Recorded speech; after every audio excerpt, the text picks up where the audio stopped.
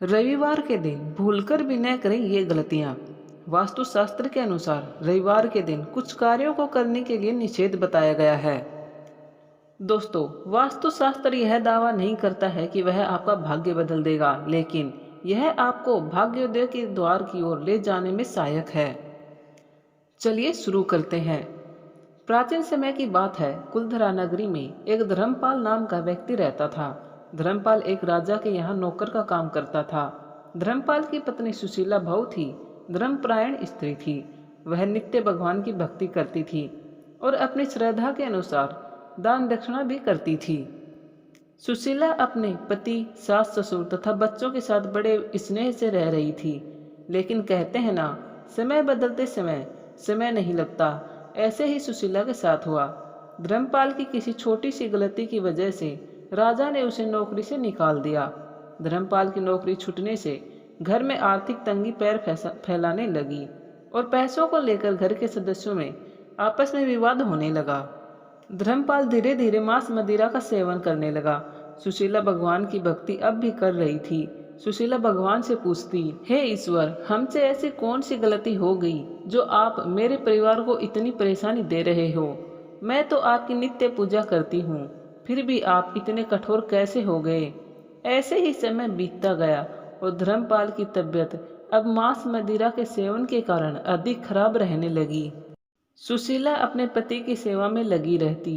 एक दिन धर्मपाल की मृत्यु हो जाती है तो सुशीला अपने पति की मृत्यु सहन नहीं कर पाती और वह भी अपने पति के साथ सती हो जाती है। दोनों को यम के दूत यमराज के पास लेकर जाते हैं। यमराज ने दोनों पति पत्नी का लेखा जोखा देखकर कहा कि इन्हें नरक में डाल दो। यह सुनकर सुशीला बोली, हे भगवान, आप हमारे साथ अन्याय क्यों कर रहे हो? पृथ्वीलोक पर भी मैंने सदा ईश्वर की उपासना की, फिर भी वहाँ मैं दुखी रही और यहाँ भी आप हमें नरक में डाल रहे हो। ऐसा मैंने कौन सा पाप किया था जो मुझे पृथ्वीलोक पर भी भुगतना पड़ा और यहाँ भी भुगतना पड़ेगा? यमराज बोले, आपने अवश्य ही नित्य ईश्वर की उपासना की थी, लेकिन हिंदू धर्म में हर दिन किसी न किसी देव को समर्पित होता है। आपने इस बात का ध्यान नहीं रखा। आपका पहला पाप कर्म यह था कि रविवार के दिन भी आप बाकी दिनों की तरह तुलसी और पीपल की पूजा करती थी। इस कारण तीनों देव ब्रह्मा, विष्णु, महेश तथा माँ लक्ष्मी आपसे रुष्ट हुई और आपके घर में तंगी आई। पीपल में ब्रह्मा, विष्णु, महेश का वास होता है और तुलसी में माँ लक्ष्मी का वास होता है। आपका दूसरा पाप कर्म यह था कि एक रविवार को आपने तांबे के बर्तन दान किए थे और रविवार को बहुत बार आप सूर्य को जल नहीं चढ़ाती थी। बाकी दिनों में तो आप सूर्य को जल चढ़ाती थी, लेकिन रविवार के दिन घर के कामों में व्यस्त होकर सूर्य देव की आराधना को नकार देती थी, जबकि सूर्य देव के लिए रविवार सबसे महत्वपूर्ण दिन होता है। इसलिए सूर्य देव आपसे क्रोधित रहे और आपके घर की सुख, शांति, यश सब छिन गया। सुशीला हाथ जोड़कर बोली, हे देव, हमें क्षमा करें, हमसे गलती हो गई। यमराज बोले, गलती तो की है तो सजा भी आपको भुगतनी पड़ेगी। आपको नरक में कुछ समय बिताना ही होगा। दोस्तों, कहानी यहीं समाप्त होती है। अब हम आपको बताते हैं कि रविवार को कौन कौन से काम नहीं करने चाहिए। रविवार के दिन नमक खाना अशुभ माना जाता है। अगर जरूरी है तो सूर्यास्त से पहले ही नमक का प्रयोग कर लें। माना जाता है कि रविवार के दिन नमक खाने से स्वास्थ्य पर बुरा असर पड़ता है और व्यक्ति के हर कार्य में बाधा आती है।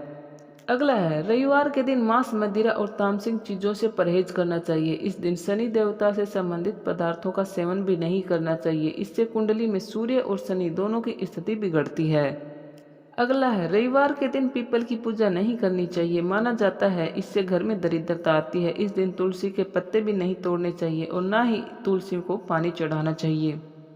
रविवार के दिन तांबे से बनी हुई चीजें और सूर्य देवता से संबंधित चीजों को नहीं बेचना चाहिए। इससे कुंडली में सूर्य की स्थिति कमजोर होती है और मान सम्मान की हानि होती है।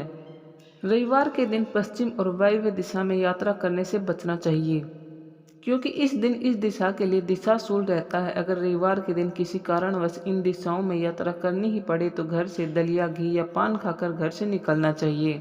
रविवार के दिन कपड़ों के रंग पर भी विशेष ध्यान देना चाहिए। इस दिन नीले, काले, कथई, काले या नीले रंग से मिलते जुलते कपड़े भी नहीं पहनने चाहिए। रविवार के दिन व्यक्ति को बाल नहीं कटवाने चाहिए। ऐसी मान्यता है कि रविवार के दिन बाल कटवाने से सूर्य कमजोर होता है। दोस्तों, आपको ये वीडियो कैसा लगा हमें कमेंट में ज़रूर बताएं। अच्छा लगा हुआ हो तो लाइक और सब्सक्राइब जरूर करना। धन्यवाद।